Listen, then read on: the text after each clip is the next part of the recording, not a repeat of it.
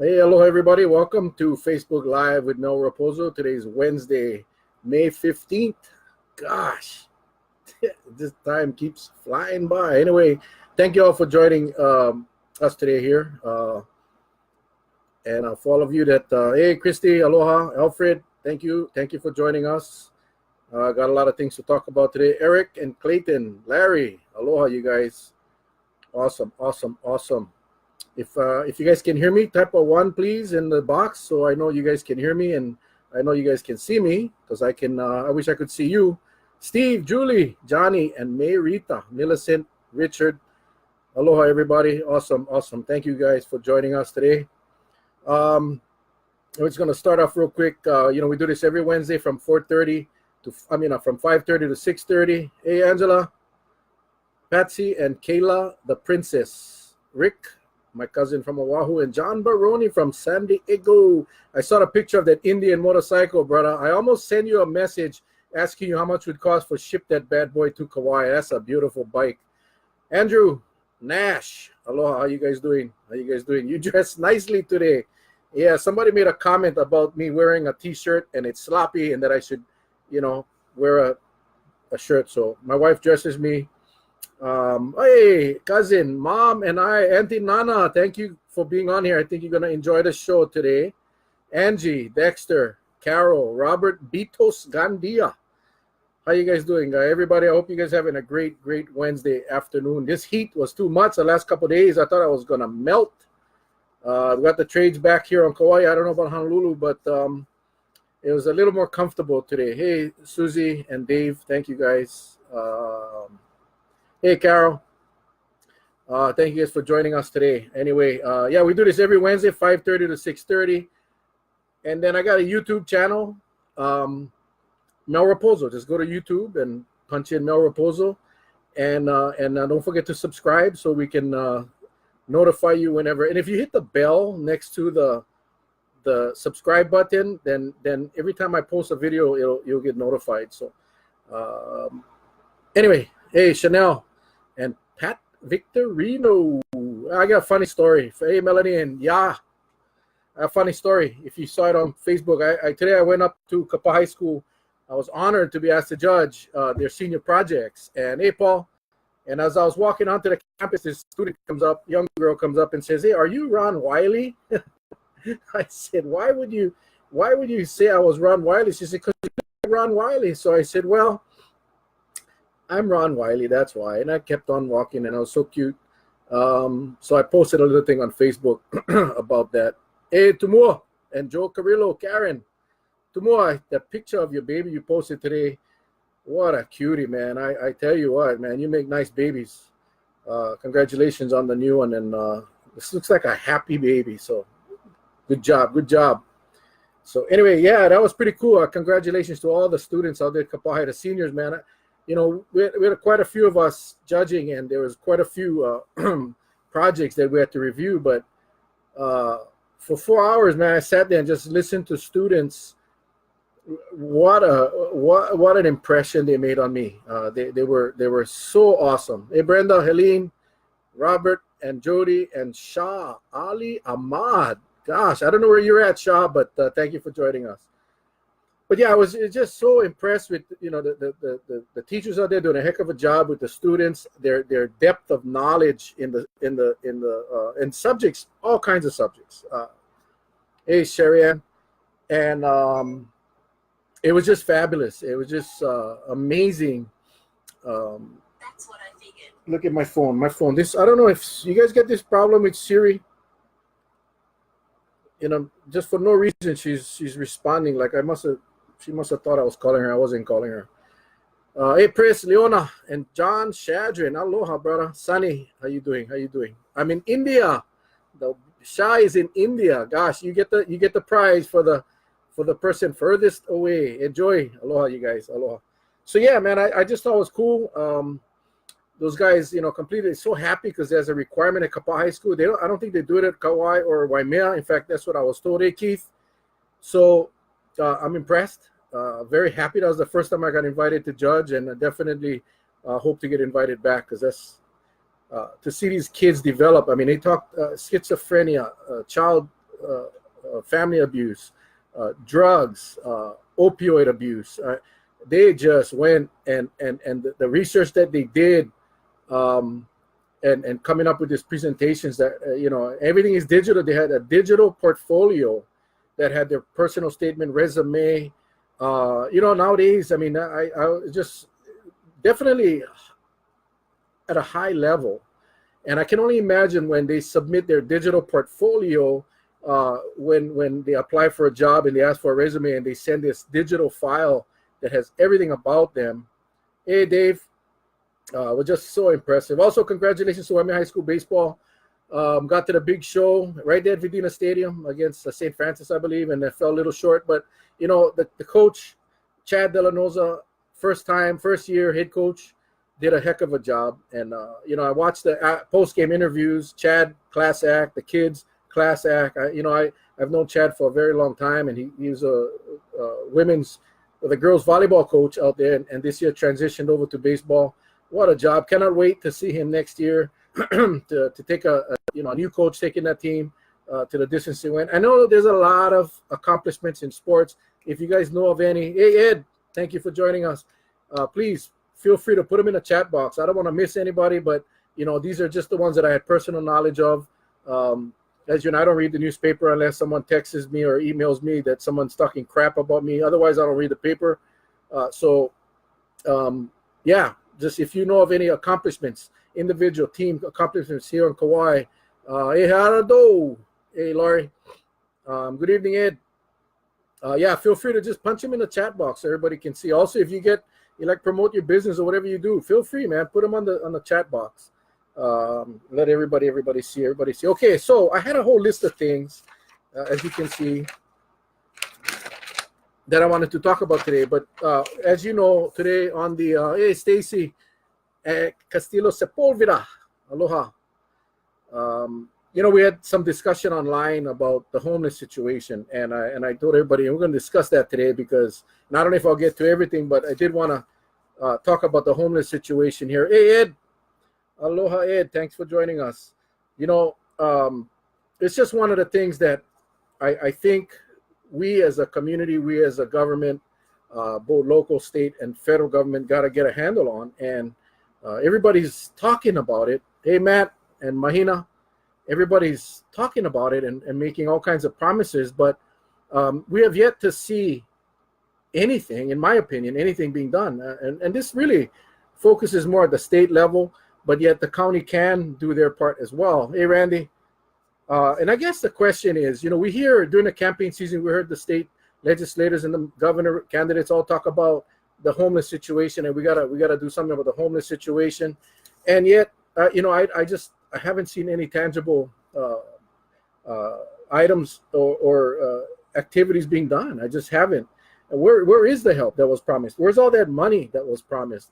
Why is our homeless population growing and becoming more obvious to everyone? They're out in the open now. They're harassing people at gas stations. They're harassing people at supermarkets, in parking lots. And hey, Auntie Maureen, how are you? Thanks for joining up. And yet we keep talking about it. At the same time, we continue to hear about $300 million for rental car facility on Maui. We're talking about $17 million for Rice Street improvements. We talk about $10 billion for rail. And we talk about all these amenities, all of these additional parks that are going. I'm talking statewide, not here in Kauai, but just all of these amenities, what I call the non-necessities. But yet when we talk about the homeless, we're promised all of these things. We don't have any safe zones on Kauai, and I'm focused on Kauai now. We don't have any areas on Kauai that we can send the homeless to have a safe, clean environment where social services can attend to them. We don't have that, but yet we kick them out of everywhere where they shouldn't be. Understand, they shouldn't be where they shouldn't be. But if we don't have a location set up for them to go to that's safe, that's dry, Ed Ka'ahea and Kule and Sherry Shimabukuro, thank you guys. Airport upgrade on Lanai. Yeah, that's what I'm talking about. Now, when we sit all in a room, all of the decision makers, leaders sit in a room, and they start listing priorities Yet in the campaigns, homelessness was always a priority, like affordable housing and so forth. Now, homelessness and affordable housing remotely connected, in my opinion, because many of the homeless people that are on the streets today, most of them, can't afford affordable housing. They can't afford affordable rentals. They have no jobs. They're at a point in their lives that they just have nothing. And a lot of them work. Some of them actually work, and they choose to be homeless because, or they simply cannot afford rent or to buy a house. Avon, my point is this: we don't do anything to accommodate them. And I'm not saying we should be handing out to everybody. My point is this: is if we're going to go out and sweep these homeless people from areas where they shouldn't be, then we should have some place set up for them to go. Because this is where it boils down to. And I know some of you will think I have no heart. That's not the point. We keep hearing from the public, we keep hearing from experts and leaders, hey Dennis, that we got to fix the homeless problem. And we talk about all the different programs, Housing First, and all of these different wonderful buzzwords that's going around the mainland and Honolulu. Hey, Mayor Billy, I love you, buddy. Thanks for joining us. But what have we done? What have we done to provide an area where these homeless, unfortunate homeless individuals can live in peace and somewhat comfort? We don't do that. We never talk about that. We need safe zones. We need safe zones. Hey, Honey and BC and Steven, aloha. This is what gets me. Many of our homeless community is suffering from mental illness, whether it's drug induced, regardless of how they got to where they got, they're there. They're suffering from mental illness, from ranging from the whole spectrum. You got some mild, you got some really complicated situations. And yet we constantly use the excuse of funding, resources. Well, this is where I don't get it. Hey, Tombes Alives, aloha. We have prisoners in our prison system today. These people have committed crimes, and they are placed in correctional facilities or prisons or whatever you want to call it. Hey, Ron Ray Wiley, the real Ron Ray Wiley. How are you? And yet we take some of these prisoners, we put them on an airplane, and we send them to these private contracted, hotels, prisons on the mainland, right? We spend a ton of money to take our people who have committed crimes and sent it away, but there's no funding issue there. There's no resource issues there, right? Because it's a priority to the leaders, the decision makers, that we got to get our prisoners off to the mainland, which I don't agree. I think our prisoners should stay home, and I think we should reassess. Dangerous, violent criminals should be placed in prison. The others should be, if there's a chance of some rehabilitation, I think we should go down that road. But at the end of the day, we don't hesitate to spend millions and millions and millions and millions and millions of dollars to accommodate the needs of our prison community. And yet we have people right in our backyards, literally in our backyards, suffering from mental illness. But we're not even considering putting them on an airplane and getting them off to a facility on the mainland that can service their needs, or to Oahu, wherever this place may be. There's never any talk about that. It's just, hey, you know what? Ignore it. It may go away. Well, it's not going to go away. We've seen it. It's growing, and it's not going to get better. It's only going to get worse. So my point is this, for all the decision makers out there,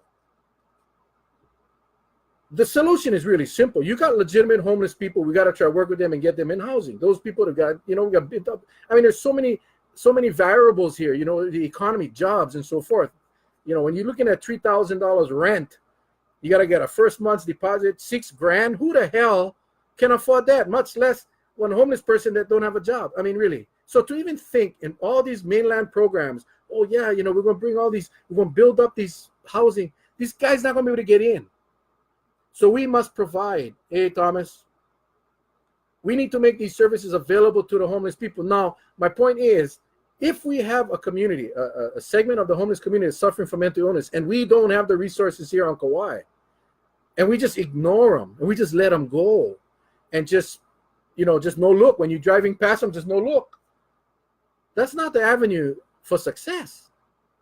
Hey, Paul, Auntie Millie, we need to start looking at partners on the mainland. If we're paying whatever it costs per day to house a prisoner in a facility in Arizona, privately run, then why aren't we having that discussion with privately run agencies on the mainland that can offer our people some mental health services? That's where I'm hitting. We all see who's coming here. We got people coming in from the mainland already suffering from mental illness, getting kicked out of their community, so they come here. And yep, there's always a speculation. These different municipalities are sending people to Kauai. It's happening. We know it's happening. It's true. I've spoken to homeless people that have told me that they were given a ticket to come here. They could choose where they wanted to go. But yet on the internet, it's very clear that Kauai is the place. Hawaii, in essence, is the place. If you want to go to a location that's basically paradise, lots of beaches, all year round good weather, and a state public assistance system that is the best in the country, then come to Hawaii. And if you really want a good place, then you come to Kauai. The police giving tickets to people sleeping in their cars, making them more problems, which will not help. Meanwhile, I asked why the cars parked illegally in the morning on Rice Street. Yeah, good point, Matt. Good point. I don't know why we bothering those guys sleeping in cars. I've always said, open up the public facility parking lots, the stadium, and let these people who are homeless in vehicles sleep in a safe area. These things. This isn't rocket science. It's human. It's just being a human and taking care of your fellow human. Hey, Christian and Anthony, thank you for joining us. But what we can do, we cannot stop people. I see a lot of posts. Hey, pass a law, stop them from coming. We're not going to stop anybody from coming to Kauai. They have the constitutional right to move and travel and go where they want. And that's what they're doing. You cannot stop that. But what we can do, and this is directed directly at the state, what we can do is make the public assistance tougher to get. Right now, you come off a plane, they know where to go. They go straight to public assistance. They get their food stamps. They get their whatever, ABT card, and they get the HUD vouchers, and they get everything that they need. While our local people are struggling. We got local people living in tents and in bushes, and we got these transients coming in. So that's the deal. We got to set up restrictions, residency requirements for public assistance. We need to get that word out to the mainland that if you go to Kauai or if you go to Hawaii, you ain't going to get assistance until you have established residency for a year and something happens. So in other words, don't come here if you don't have a job. Don't come here if you don't have a home. Don't come here if you don't have friends that you can stay with. Stay where you're at. Now, is that heartless? Absolutely not. Because our families, our kids, our kupuna is suffering and struggling, and these people are coming in getting a free ride with no requirements. So warm environment, stable food supply, chicken and fish, showers at beaches, free water, lots of empty houses too. This is paradise for absolutely, Richard. And my point is this: while we always talk about we got to fix the problem, nobody up at the square building at the Capitol, from the governor down to legislature, is going to introduce a bill that's going to prohibit transits from getting public assistance. So if we're not going to do that, then hey, open the gates, because every time one comes, they all got cell phones because that's free too now. If you're homeless and you don't have a job, you get a free cell phone thanks to the government. They call in their friends. You guys got to come here. This place is paradise. And that's what's happening. We need to turn off the valve. We need to turn off the valve and say, hey, if you don't have a house, you don't have a job, you don't have the means to live here, you're not getting assistance. In other words, you land and you go to the office. Can I see your residence driver's license or ID? Proof of residence that you've been here for a year. Or maybe, you're a little soft-hearted, me say 6 months. I don't care. If you don't have it, you ain't getting assistance. So guess what? Turn your butt around, go back to the airport and get on a flight and go back to where you came from. Now, if you can't afford that, we will pay your way back. We'll find the cheapest fare we can find and you will go back. Because we are not going to fund your vacation here on Kauai on the backs of our local people. That has to stop. Shan Tsutsui was working on a plan. It was ready to launch, but Ige would not allow him control of his own budget. Some need help. Some are professional campers. Help the helpless. I agree, Ed. I'm not. You may have missed my comments earlier. The ones that need help, we gotta help. But that may mean us paying for them to get help somewhere else that has the ability to help them, like we do for prisoners. But under Constitution, how do we fix the issue? We are islands. That is, we lose every time. That's what I'm saying. We cannot stop them from coming, but we can stop providing the assistance so easily. That is all I'm saying. Put in a residency requirement. Put in requirements so that it's just not a free ride. Hey, Herb and Cheyenne. Amen to that, my brother. Yeah, I mean, somebody's got to say it, right? Somebody's got to say it, because we cannot sit here. This is the deal. I can buy a book on losing weight. I can buy a book about exercising. I can buy all these training manuals. But if I don't go to the gym, or if I don't work out, if I don't limit what I'm eating based on a diet book that I bought, then ain't nothing going to happen. And that's what we're seeing happening in this state. We got all the studies. We do all the meetings. We get all the congregations. We get everybody together. We talk star. We make everybody feel good, like we're going to finally knock this thing out. But nobody is willing to take that hard step into making things happen. And yes, some people are going to get upset. Yes, that homeless guy that just flew in from the East Coast that spent the last penny to get here, expecting he could walk right into assistance and get and be able to live here on the government. Yeah, we're gonna piss him off, but you know what? Like I said, put his butt right back on the plane and send him back.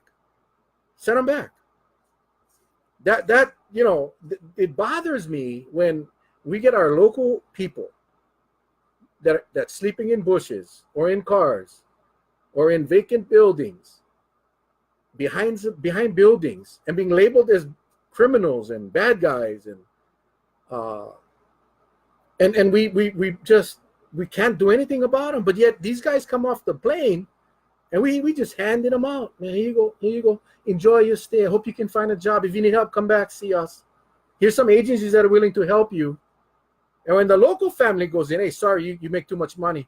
Hey, sorry, you cannot. That's what bothers me.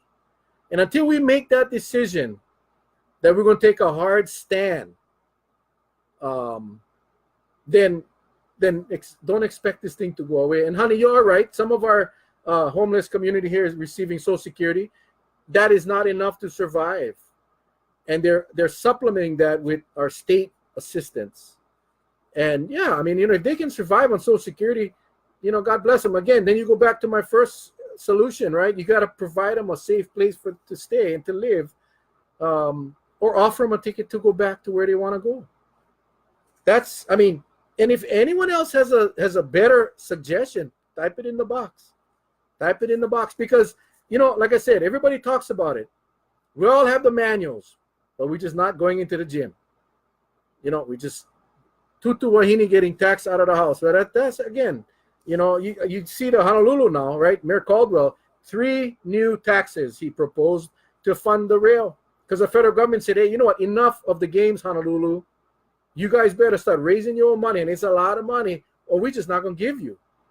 And what you're going to have, you're going to just have this rail pillars and tracks that's going to be there forever and not being used, because Honolulu ain't going to be able to afford it without the federal money. Hey, Des and Calvin. And Kelly, let me say, I'm sorry if I missed anybody. L-A-L, Koli, Fuima Ono, Raja. Thank you, guys. Yeah, so it's a lot. I got a lot of calls. Yeah, I've been in the office now 6 years or so. 6 months. I still get calls. I still get calls about the homeless. I still get called about broken roads and everything else. And then I'm not complaining. I appreciate, that's why I'm here. But there's only so much a citizen or a public servant can do. We're talking about major drastic reform in the public assistance system. That originates out of the state. And we have to. We have to. Ed, Lisa, thank you for joining us. So anyway, that was my rant. Almost half an hour rant. Because I'm telling you, I see what's going on out there. You all do. And you have heard the promises for the last several years. but we've seen the counts go up. It's not going to get any better. This is paradise for many people. And you hear them all the time. Oh, I came here, I only $5 in my pocket. Why would you go somewhere with only $5 in your pocket across the ocean? Because someone told them that you don't need to worry because we're going to provide. The state going to provide. And that's what's happening. So my point, and it's going to be my last comment about this for now, restrict or add the requirements, residency requirements for public assistance, right? Why should our taxpayer money go pay to help somebody that's from California, Idaho, Michigan? No, our taxpayer money should be there for take care of our people. Set up hey Mason, aloha, thanks for joining us. Set up these safe zones so that our legitimate homeless can sleep safely at night. Get treatment, get services that they need. And for the ones that we don't have the resources, get them in a facility, whether it's in Honolulu, on the mainland, so they can get the help that they need. That's what I'm suggesting. Philip Mangano, homeless czar for GWB, is an expert on reducing homelessness. Please connect with him. Richard, I got the information. The problem is our governor's not listening. He ain't listening. These guys, I think their vision is related to the term of office. If he can get through this term, and I'm not just talking about this governor, but legislators in general, if they can get through the term without doing anything, they'll do it. Because it's not bad enough to hurt them. If the homeless all showed up one day at the palace, this all statewide, man, just show up and bring your sleeping bags. Yeah, maybe a little different. But when they're downtown, Waikiki, Kaka'ako, wherever, and they're all hiding on the bridges, and the governor don't have to see it every day, little different. They don't feel the impact. The answer is that they had a dream and a calling. Yeah, they all had a dream and a calling, but still, if they don't have the resources, how many of us would jump on a plane, go to the East Coast, and just hope that somebody going to hire you, you cannot do that, right? Because it's freezing damn cold, and you just cannot do that. He is now running a nonprofit public-private partnership. You need that public partnership part. I'll connect and see what we can do. I would love to be part of that solution, but that's what it's going to take. Hey, Don, 400 jurors for Kealoha trial. Is Hawaii justice on trial? Yeah, excuse me, I need some water. Boy, 400 jurors. Everybody going to try to get out of that one. This is from Jonathan, Uncle Mel. What is that? I don't know. Is that a shaka wave? Kay and Luke. Aloha, you guys. Aloha. All right. Well, if you guys want to hear the breakdown or the overview, I guess, of our state legislator, our Kauai legislators, on May 30th, they will be at Duke's Canoe Club. Senate President Ron Kochi and Representatives Nakamura, Tokioka, and Morikawa are scheduled to share their thoughts about the session and the challenges and successes along the way. May 30th, I believe, I didn't write the time. I think it's at 7 a.m. at Duke's. Put them in your calendars and let's all show up. Let's all show up and ask the questions. Because, that's our opportunity to really find out what's going on and ask the questions. Charlene and Sherry Lopez. How are you, Sherry? Hope you're all doing good. All right. So don't forget, May 30th, Duke, 7 o'clock. Let's see. Mrs. Kauai. Oh, yeah, I just wanted to plug this in because, people say, oh, man, you only talk about the bad stuff. No, we try to balance them out a little bit. But I thought this was pretty cool. Joelle Souza taking the Mrs. Kauai crown and coming in first runner-up at the Mrs. Hawaii United States pageant on Oahu. She's married to Sheldon. I thought that was pretty cool. Mrs. Hawaii. Yeah, it's cool. I don't know how this thing is run. You go up there, you run for Mrs. Hawaii, and then I guess you get your island title at that pageant. But anyway, now she's, her life is going to change. She's going to represent Kauai, and congratulations. I don't know Joelle, but congratulations. Job well done. Let's see here. Okay, what else we can talk about? What else?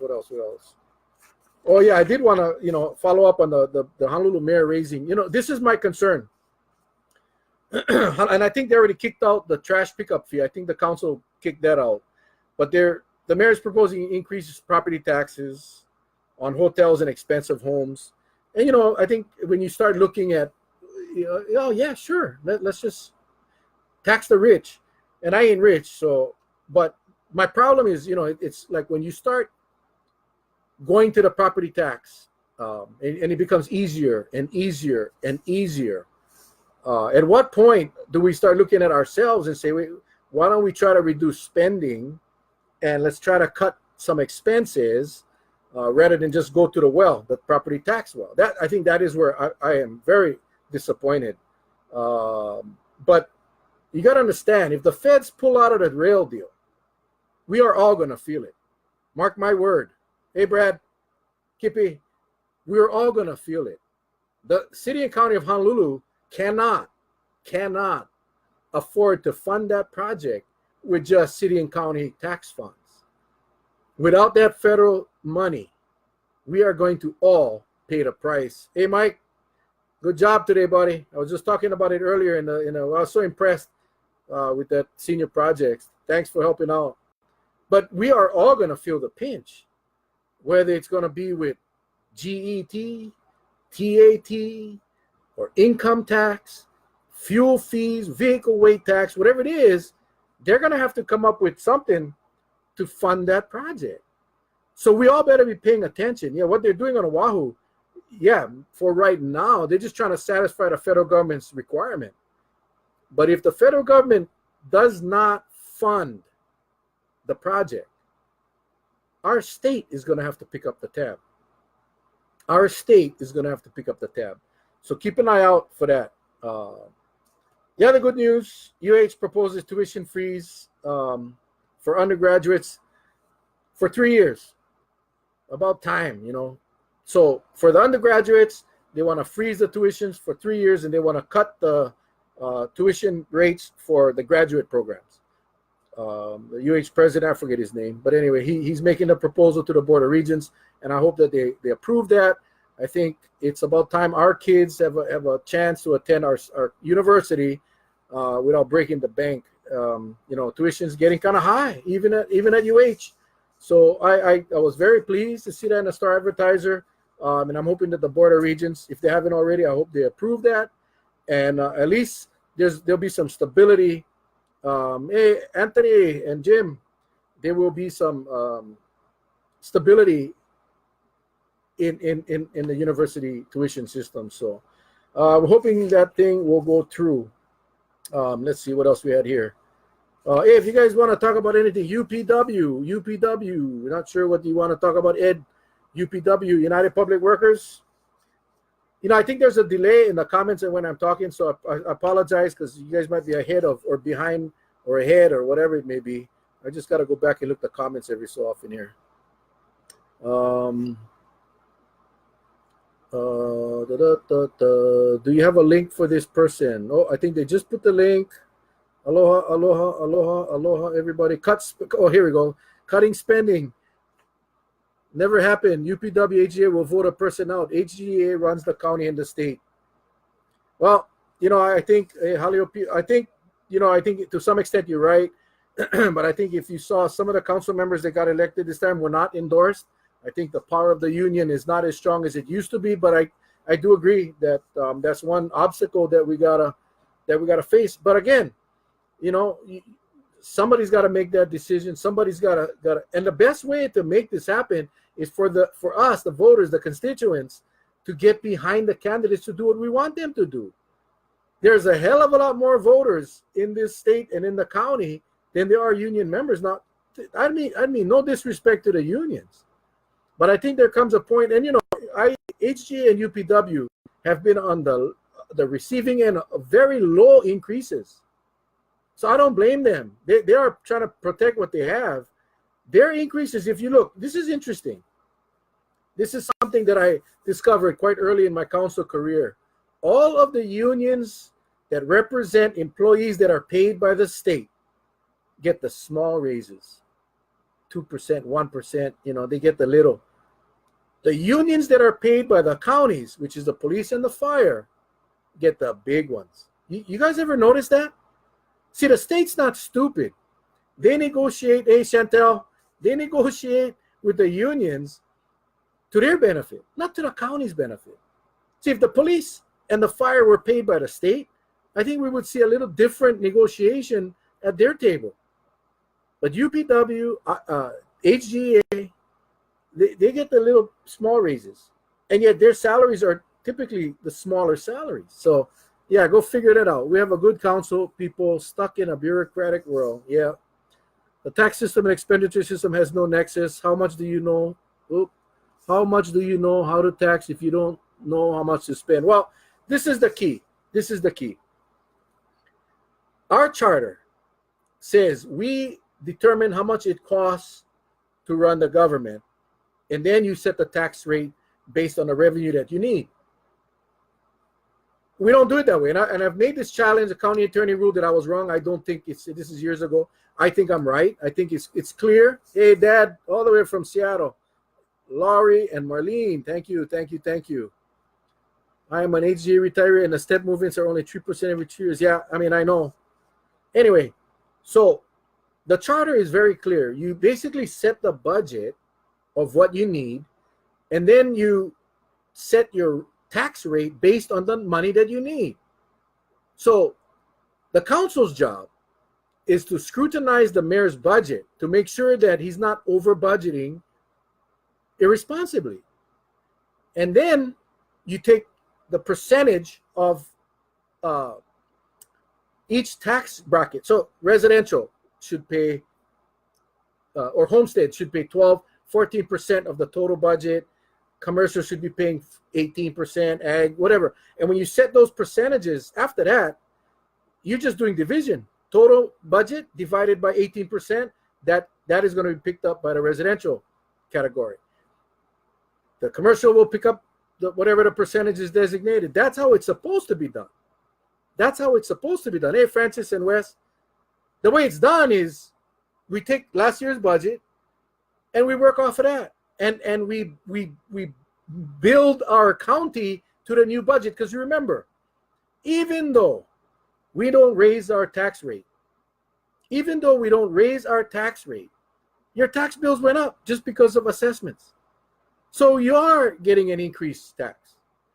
I mean, I like when politicians say we did not raise taxes in the last so many years. Yeah, but your tax assessments went up. So in essence, your tax bill. So this year, the county of Kauai, I believe it was $6 million. I could be wrong. And we got a couple of council members on here. Correct me if I'm wrong. Hey, Michelle. But every year you get several $1 million of increase in revenue, and we manage to spend it because we're not budgeting the way we're supposed to budget. So I know you're going to say, well, man, you was there for 14 years. What you did? Well, listen, the bottom line is this. Every single budget, I have proposed to cut out all the positions that haven't been funded or haven't been filled. And I cannot get the support. Never got the support to do that. But that's how you fix the problem. You start cutting the positions that they're not using because these positions that are being funded creates unnecessary money in the budget that can be used later for something else. So I have tried for a long time to cut the unnecessary spending, not removing any warm bodies. Nobody would lose their job. So anyway, Kauai lives on higher tax assessment. Values go down and the county will go broke. Yeah, I'll tell you, one more hurricane, we're dead. Any disaster where the assessments or the property values go down, we are dead in the water. So good point, Ed. Good point. All right. What time is it? 6:10. Woo, boy, time's flying. All right, Rice Street revitalization. I did want to get your take on this. And I really want this to be an active discussion because, I'm just talking to myself. Hi, Michelle. Hang on. We talked about our homeless issue. We got homelessness. We got affordable housing issues. We got traffic issues. We got congestion issues. We got a whole bunch of problems, not just here, but throughout the whole state. And when I talk about amenities, somebody said, earlier on my post, do you have a list of the amenities? When I use the term amenity, hey, Kurt and Michelle, thank you for joining us. when I use the term amenities, I'm talking about projects that are not needed and can wait. I'm talking about projects that are nice to have but not necessary. I talk about,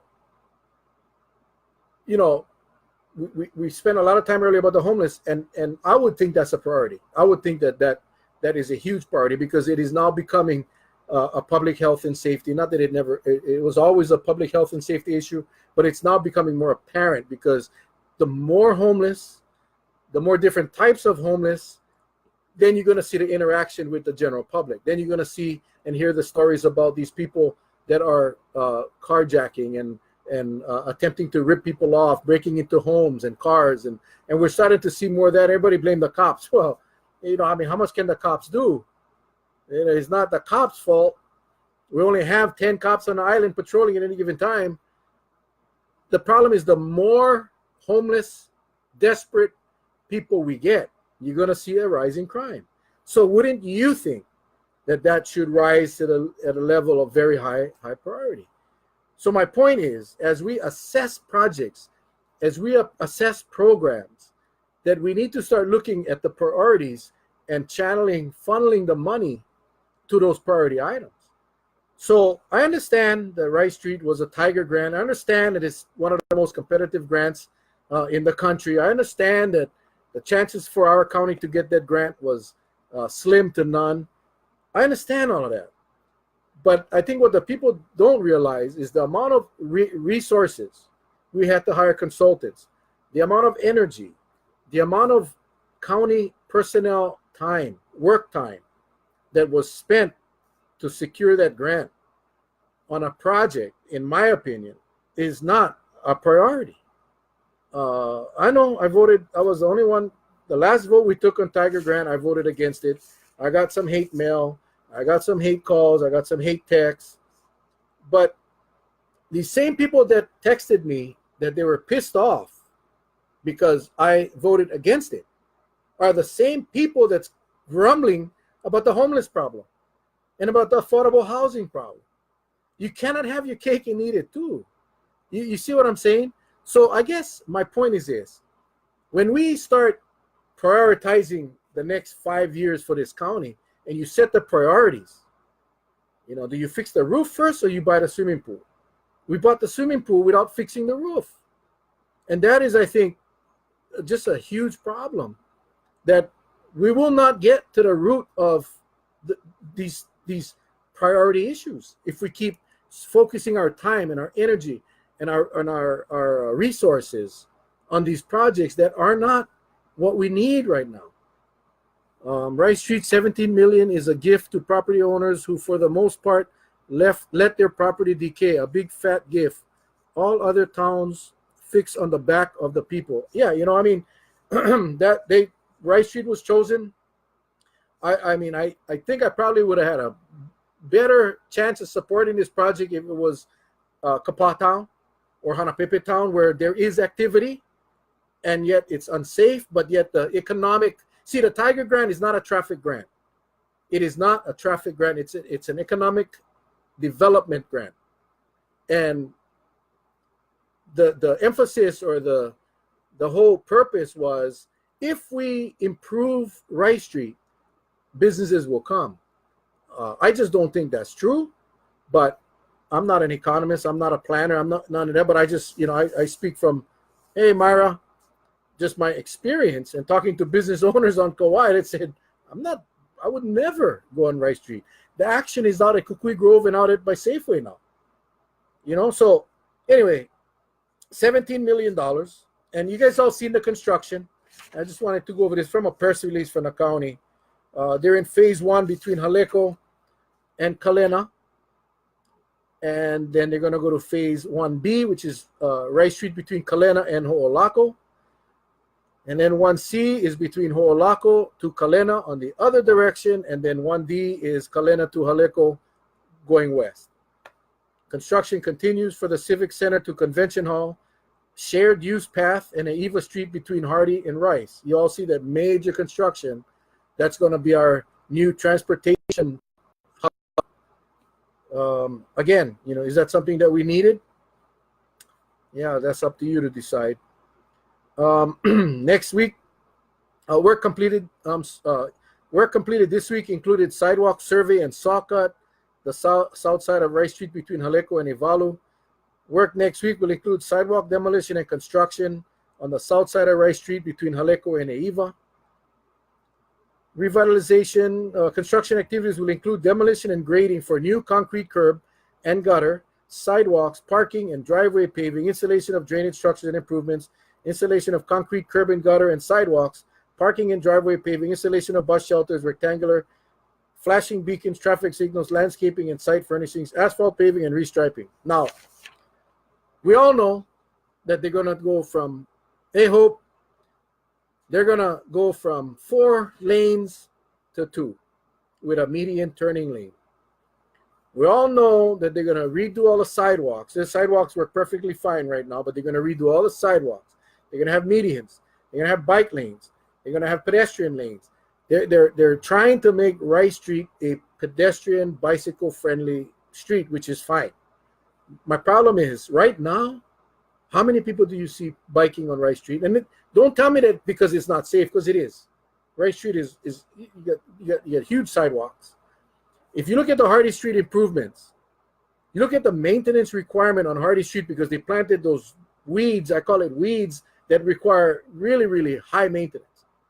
Who's going to take care of all of that? At what cost?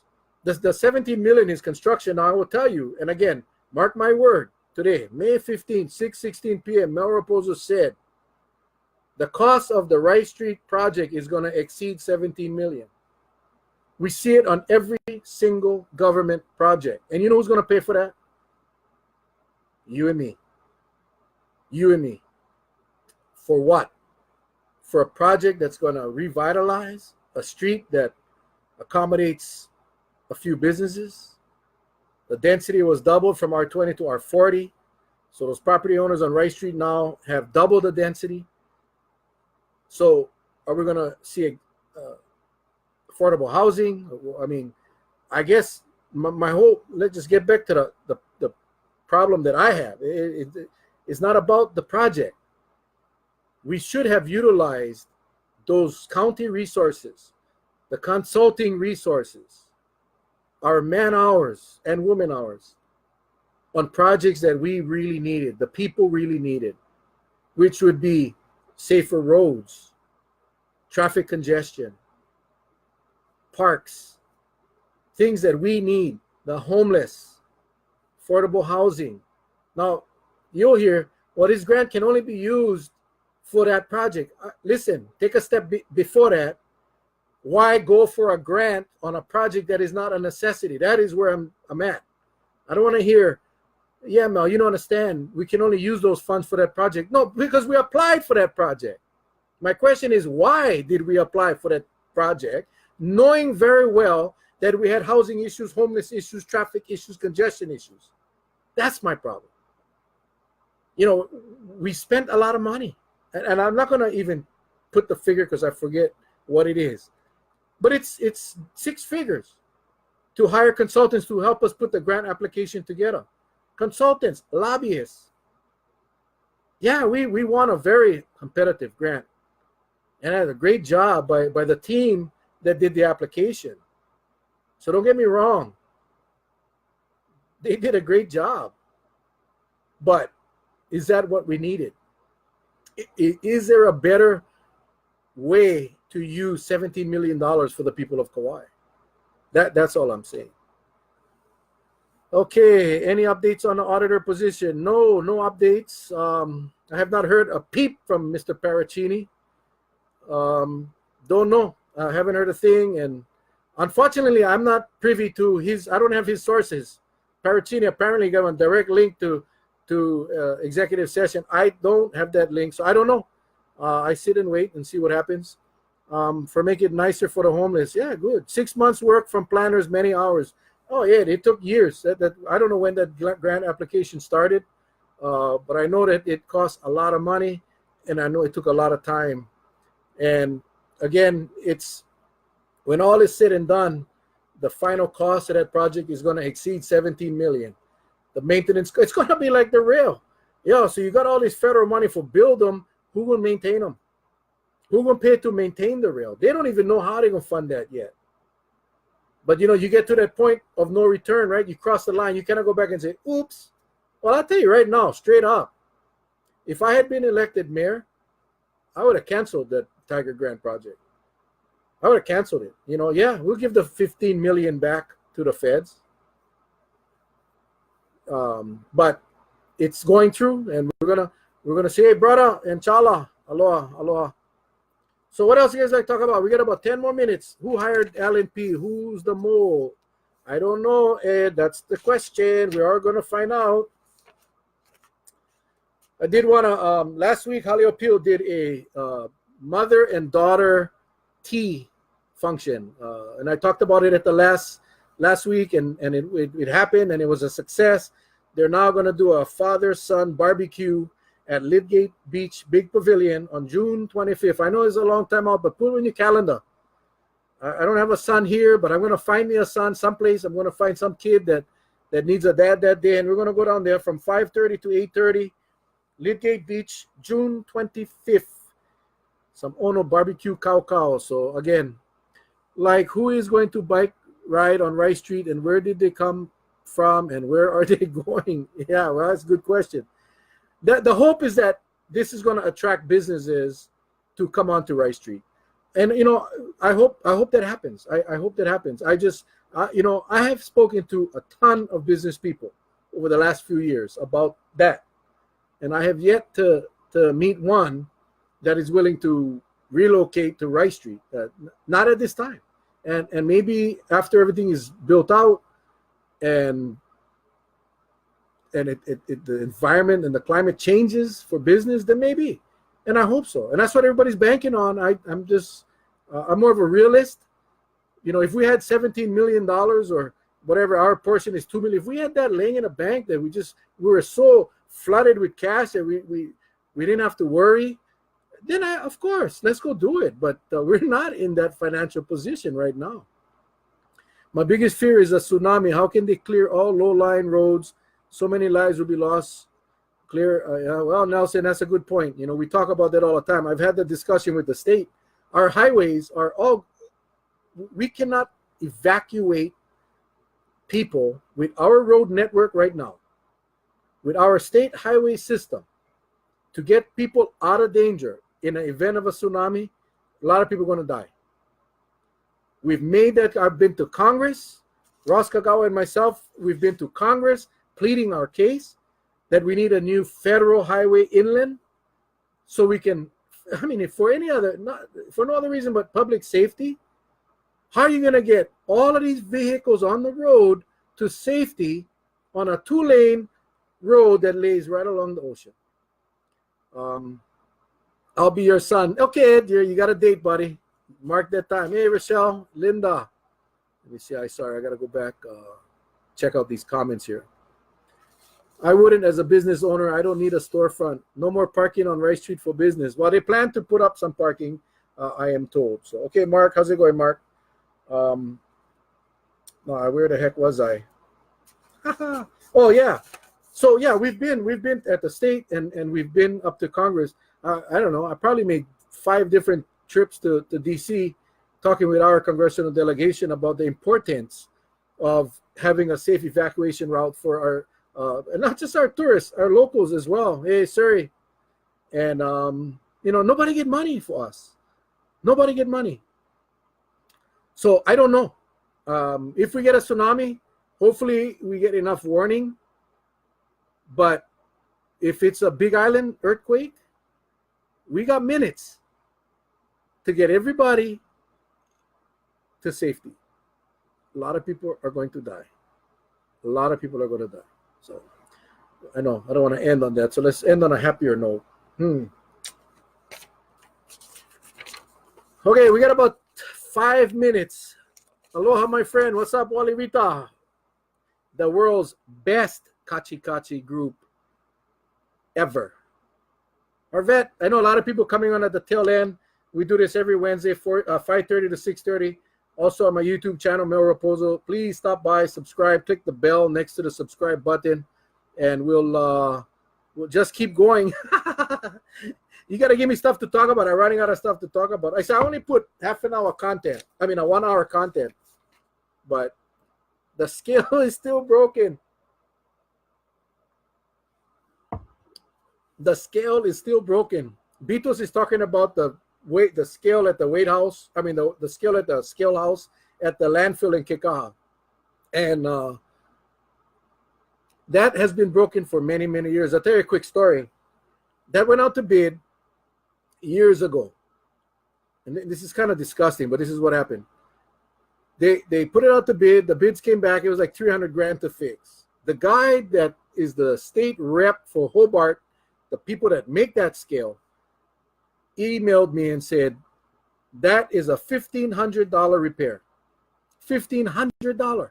One sensor or one thing had to change. He was going to come and replace the whole thing for $1,500.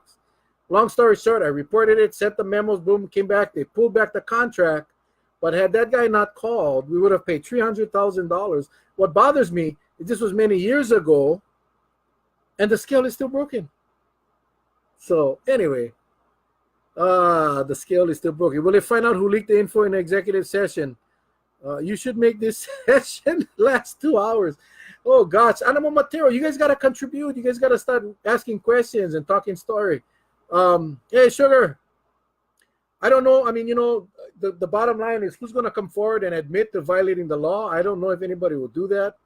We talk, my attorney's very interested, and we're waiting to see I filed a formal complaint with the county council requesting that an investigation be done, because I think it's their duty. I think it's their obligation to do their investigation, a 3.17 investigation under their charter authority, to figure out who leaked the information. And that entails subpoenas, that entails whatever they need to do to determine who leaked the information. So my attorney is sitting back and waiting to see what the council does. I have not heard anything back from the council as far as the investigation. Like I said, we got a couple of councilmen, I think, on this call or on this thing. But I don't know. We'll see if the council does not file during or do their investigation, then we'll be forced to do it. I don't want to do that because it's not cheap. But we will get to the bottom of it one way or another.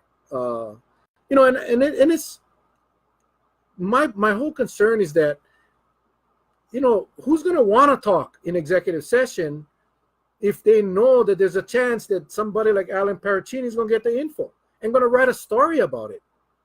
That's why executive session is so protected. So when people come in, because we don't only deal with ourselves, we deal with administrators, sometimes we deal with people from the public, other attorneys, we deal with people. And people should feel safe to say what they need to say in executive session, knowing that at some point in time, those minutes will become public. But at the time where it matters, like right now, personnel information should not be discussed outside of executive session. So I don't know what the council is going to do. I don't know. Let's see here. Is it true some of the low-income houses are empty? Is there anything to get it occupied? I'm not aware of that, Eric, and I find that kind of hard to believe, but then I would not be surprised, to be honest with you. I don't know if you're talking about the county or the state side. If you can give me the specific project, I can find out for you. Abraham, a leak is a big deal. Bachi, oh yeah, sorry, that was negative, but it's getting frustrating, so appreciate the efforts. Okay, sorry, now I got to go back and look. Oh, here. Aside from an Adopt a Homeless Drug Addict program, what can we do to make improvements? We complain, no one listens, and nothing. Yeah, it's exactly what I spoke about earlier. And my talking, this is really focused at the state level, not so much the county. But the county got to stop reading the books, and they got to get into the gym. That's my analogy. Yeah, you can read all the books you want, but if you're not applying what you read, then you ain't going to get nowhere. And that's kind of where we are with the homeless situation. TVR is what's happening with that on the North Shore. They're allowing access. Sorry if you covered. I did not cover it. Apparently, they are allowing the existing or the legal TVRs to continue to operate. I don't think we discussed it. Like, yeah, it's kind of frustrating for the local people that cannot get over there. But these visitors are going to get to go over there to the North Shore and enjoy the assets out there. And the local people cannot. Now, I understand the mayor said that because these TVR operators said it was too late for them to cancel. I not necessarily agree with that. I think he relied on information from the state that was found to be inaccurate later. You do what you got to do. You call these TVR operators and you said you let those people know that the state has not opened the road. So I'm sorry, but you need to let those people know that they cannot come. But that didn't happen. They're coming. So in essence, you're going to get these visitors from wherever get to go across the convoy when our locals cannot. So that's the last I heard. Hey, Dorothy, they're probably awaiting repairs before someone from the wait list is placed. Yeah, it could be. I mean, there's many things that could be the reason. But Eric, if you can, my mom lived next to the one in Kikaha, and I see maybe 3 to 6 of them empty. I will, if that's Kikaha, that's a state project. I will call them. I actually know the lady that works there on Oahu. I'll give them a call tomorrow and find out why we have some empty housing. That again is stuff that I cannot understand. Yes, Sherry, that is ridiculous. That was a poor excuse. Late notice. I know that. I mean, it's just. Hey, Kathy, how you doing? I think it's just not right. I mean, it's just not right.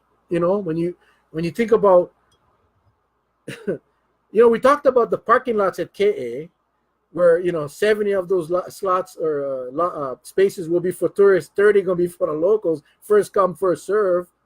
The 70 they're gonna get little permits for the tourists. So again, 70-30, 70-30. The locals get screwed, and first come, first serve. So if you come in from the west side, you take your family and no more stalls. Guess what? You cannot park here. Turn around, go back. Unbelievable. Did you find anything about KUC? Oh, Carol, thank you for the reminder. I forgot. I'll be honest, I forget, but I'm not gonna forget now. Hang on. Sorry. I'll actually, Carol, I'll send you the answer before next week so that you get them before next week. You should have been an investigative reporter. I cannot write. I'm one hell of an investigator, but I cannot. I can write police reports and investigative reports, but investigative reporters, they gotta write different. They gotta write for people to enjoy reading. So I don't know. How about if I do an investigation, Beatles, and you write the newspaper article? Hey, Adam. You're welcome, Carol. You're welcome. Yeah, so sorry. Golly. I was so interested in that too. I was curious. Too much on my mind. All right. Well, it's 6:32. Anybody else? Anything else? Real quick before we wrap this bad boy up. Thank you guys again. I mean, I thank you for joining me. It's always fun. Every Wednesday, 5:30 to 6:30. And again, don't forget my YouTube channel. And you know what? Share this video. Put a comment in there. We get plenty of comments. No right can talk. Yeah, Chad. Hey, Chad. Yeah, but share it and let's grow this. Let's grow this discussion. Mel, I heard they do that to the oversized system that was built before it was Wait, hold on. I heard they do that to the oversized system that was built before it was regulated. Okay, Paul. I don't know what the kind. Yes, promote your business, Eric. What's your business? Real quick. You're welcome, Pat. You're welcome. Let's all wait to see what is Eric's business. I don't know if there's a delay. This is so trippy, It's like talking. I can see myself in this computer screen. It's like, wow. Okay, anyway. So Wednesday is 5:30 to 6:30. Don't forget, guys. Please put them in your calendar. June 25th, 5:30 to 8:30, Lidgate Beach Big Pavilion. Haleopio having their father-son barbecue. Let's connect our kids with their parents. Let's connect our kids with people that can show them the love so we can teach our kids that love is the way. No good to fight. Aloha, fix it. Eric. Appliance repair. All right. Type in your number, Eric, so everybody can see. Or website. Hey, Skyla. Okay, Eric, just go ahead and put your website or your phone number, however, Eric Santiago, Aloha Fix It, Appliance Repair. All right, guys, for those of you just joining on, you got to go back and watch the replay. But for the rest of you that's been with here, you're welcome, Ed. If stay broke, we can fix it. Well, maybe the county should hire you in the state. Thank you guys. It's always a pleasure. And we'll be back next week, Wednesday, 5:30. Again, YouTube, Mel Rapozo. Just remember, people, every morning you wake up, you have a decision. You have a choice to make it a good day or a bad day. Let's choose the good days, guys. Everybody enjoy the rest of your evening. Thank you for joining us. We'll see you next week. Aloha. God bless. We love you guys.